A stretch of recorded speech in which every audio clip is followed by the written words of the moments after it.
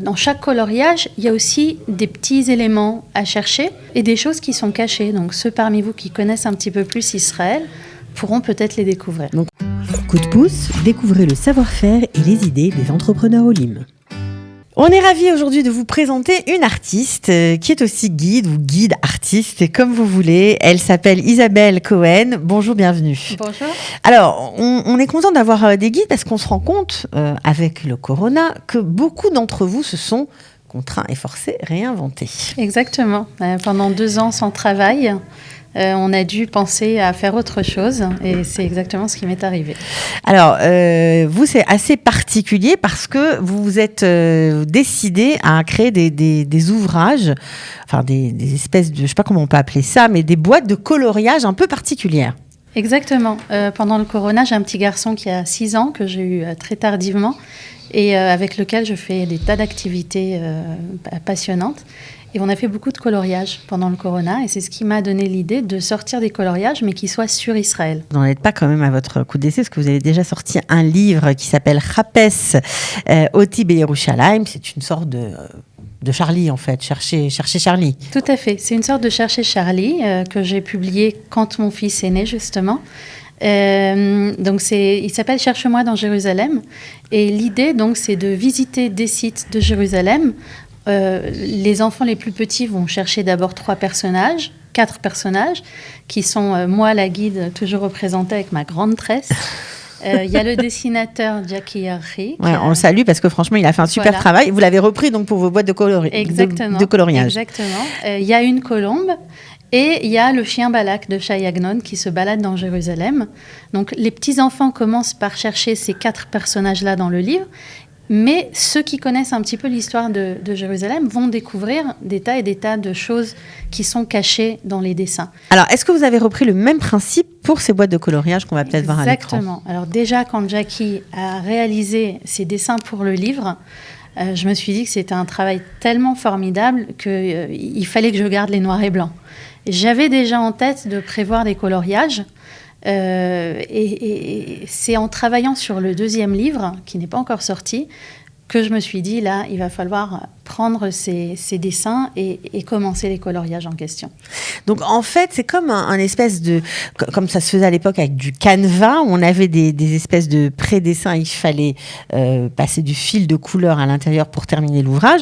Là, c'est un dessin noir et blanc. Ouais. Et on colorie comme on veut. On n'est pas obligé de choisir. Il n'y a pas de contrainte. Alors, je vais vous donner 2 petites choses qui m'ont fait penser vraiment à ça.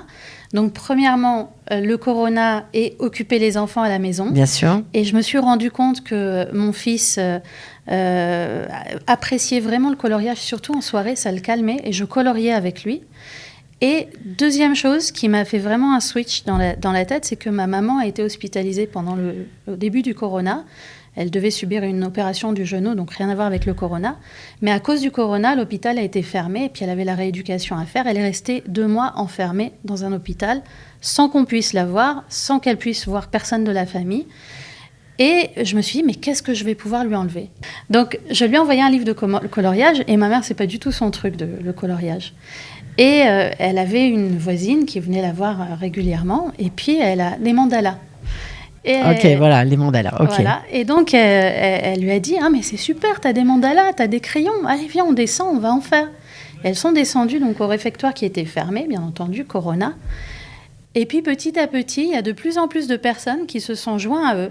Et du coup, les infirmières, tous les jours, photocopiaient le livre de mandala et donnaient à tous les patients de l'hôpital qui se réunissaient dans la salle à manger pour faire du coloriage. Donc, apparemment, le coloriage, c'est bon pour le moral. C'est Exactement. ce que vous en avez déduit. Et là, vraiment, vous avez fait un truc très pro, très sympa. Alors, ça coûte pas très cher, 40 shekels, je crois. C'est ça. Ça va peut-être monter un petit peu ? Non, ça va peut-être descendre un peu. Bon, alors, très bien. Alors, parfait. Et ce qui est génial, c'est que c'est vraiment géant. On a l'impression que c'est une planche de BD. Tout à fait. Donc, ce sont des coloriages qui sont de 70 sur 100 cm. Il faut comprendre aussi qu'un enfant ne fait pas ça automatiquement. C'est-à-dire, mon fils, j'ai commencé avec lui à faire des coloriages géants à partir de 4 ans, mais ça pouvait nous prendre 2 mois, 3 mois à terminer un coloriage. C'est-à-dire qu'on le déplie, on commence à colorier, 10 minutes, 20 minutes, le temps que l'enfant apprécie. Et on y revient. et on y revient. On le ferme. On en faisait plusieurs en parallèle d'ailleurs. Ouais. Et on y revient quand il veut y revenir. Donc ça peut prendre longtemps à faire, mais c'est vraiment agréable même de mettre une petite musique de fond et de s'asseoir avec son enfant et de faire une activité calme avec lui. Alors évidemment, le guide n'est pas loin dans cette aventure, on imagine, puisque ce que vous avez sorti comme coloriage géant, c'est Masada, Tel Aviv, le Kotel et le musée d'Israël. Tout à fait. Donc ce sont les sites qui étaient présents dans mon premier livre et d'autres sites qui vont être présents dans le deuxième. Et donc, dans chaque coloriage, il y a aussi des petits éléments à chercher et des choses qui sont cachées. Donc ceux parmi vous qui connaissent un petit peu plus Israël pourront peut-être les découvrir. Donc on s'amuse à découvrir des personnages parfois historiques, des petits symboles d'Israël. Dans chaque dessin, c'est la même chose. Le deuxième livre va parler de quoi? Et est-ce que il y a déjà quelques planches de sortie? Oui, tout à fait. Alors le deuxième livre, mon fils s'est plaint qu'il n'était pas représenté dans le premier livre. Donc le deuxième livre, bien qu'il a que 6 ans, c'est sa bar mitzvah en Israël. Un voyage de bar mitzvah dans le pays. Et donc, on invite toute la famille qui vit en France, un petit peu aux États-Unis, à venir faire un voyage de bar mitzvah. Et on va découvrir tous les sites historiques et archéologiques du pays durant ce séjour. Et vous allez donner plein d'idées aux parents qui vont peut-être même vous demander de faire des livres personnalisés, en tout cas des planches personnalisées pour leur fils, pour leur bar mitzvah.